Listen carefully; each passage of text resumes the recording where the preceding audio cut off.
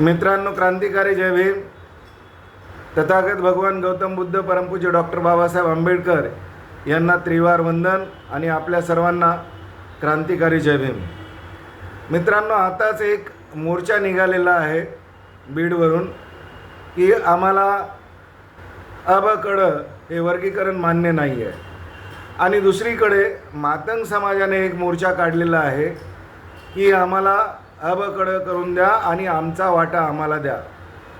खरं तर या मातंगांच्या डोक्यात कुणीतरी खूळ भरवलेलं आहे. आरक्षण हे मातंगांना पूर्वीपासूनच आहे. खरं पाहिलं तर मित्रांनो, लहानपणापासून माझे मातंग फार मित्र आहेत आणि अनेक मित्रांना या बाबासाहेबाच्या संघर्षात संघटनेत आणण्याचा प्रयत्न केला. ते येतही असत आमच्याबरोबर, परंतु जिथे त्यांची परडी आणि पोतराजगीवर आम्ही विषय काढला की ते नाराज व्हायचे आणि परत जायचे. आणि आजही मित्रांनो त्यांच्या परड्या आणि पोतराजगी सुटत नाही आहे. शिक्षण हे त्यांच्या समाजात आजही नाही आहे. 1980 पासून ज्या चाळीमध्ये राहत होतो तिथे एक प्रकाश मोरे नावाचा मातंग समाजाचा माझा मित्र म्हणा किंवा माझा लहान भाऊ म्हणा, असा तो माझ्या अगदी घरासमोर राहायचा. आणि त्याच्या घरचं वातावरण अज्ञानी होतं. त्याचे जे नातेवाईक होते सर्व दारू पिऊन धिंगाणा घालणारे होते.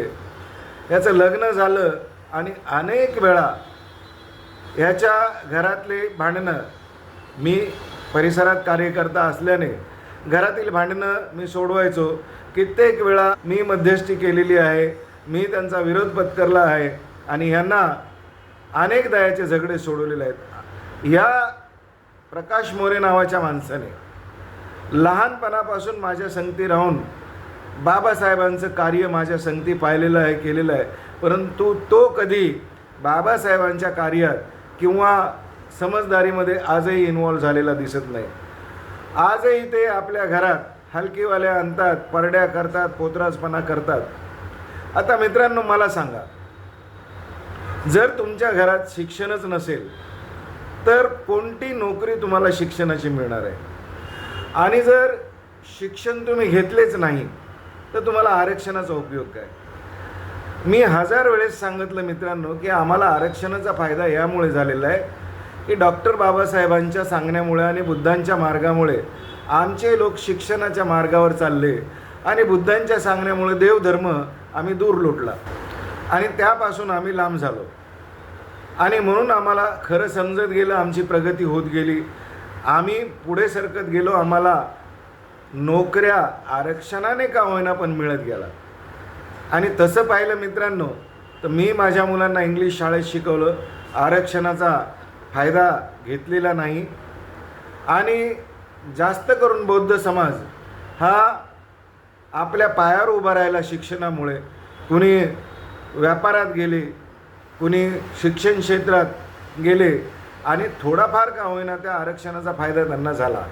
आता हेच जर बुद्धिस्ट लोक पोतराज आणि परडी देवधर्म यात अडकून राहिले असते ते शिकले नसते, आणि शिकले नसते तर त्यांना आरक्षणाचा काही फायदा नव्हता. मित्रांनो, हे आरक्षण तुमच्या डोक्यावर घातलेली भुरळ आहे. तुम्हाला असं दाखवलं जातं आहे का बौद्ध समाज हा खूपच आरक्षणानं पुढं गेला आणि तुम्हाला त्यांनी दिलं नाही आणि तुमच्या ताटातलं घेतलं वगैरे जे बोललं जातं आहे हे चुकीचं आहे. तुम्ही शिकलात तर आजही तुमची प्रगती ह्याच आरक्षणावर किंवा आरक्षण नसतानाही होऊ शकते. बरेचसे लोक गुजरातवरून इथे आले आणि मुंबईमध्ये आपली जात लपवून राहिले, फार मोठे बिझनेसमॅन झाले. ते काय आरक्षणानं झालेले नाहीत मित्रांनो, ते त्यांच्या मेहनतीनं पुढे गेले, देवधर्म सोडल्यामुळं पुढे गेले आणि आपल्या प्रगतीकडे लक्ष दिल्यामुळे गेले.